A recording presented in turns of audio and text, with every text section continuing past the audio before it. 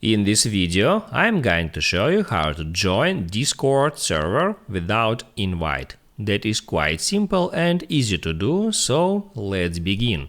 And first, open up Discord app, then up here, tap at menu icon, and then right here you have to find plus sign and just tap on it. There you can create your server or you can join existing.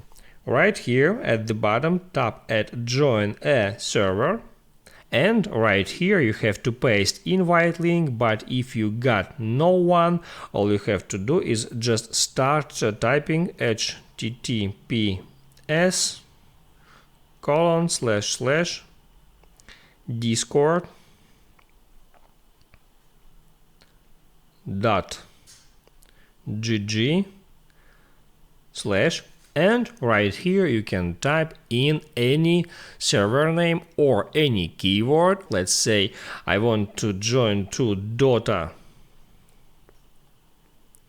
2 Discord server, and now here all I have to do is tap on join server and it moves me to invitation page for Dota 2 RU community server. All I have to do right here is to tap on accept invite.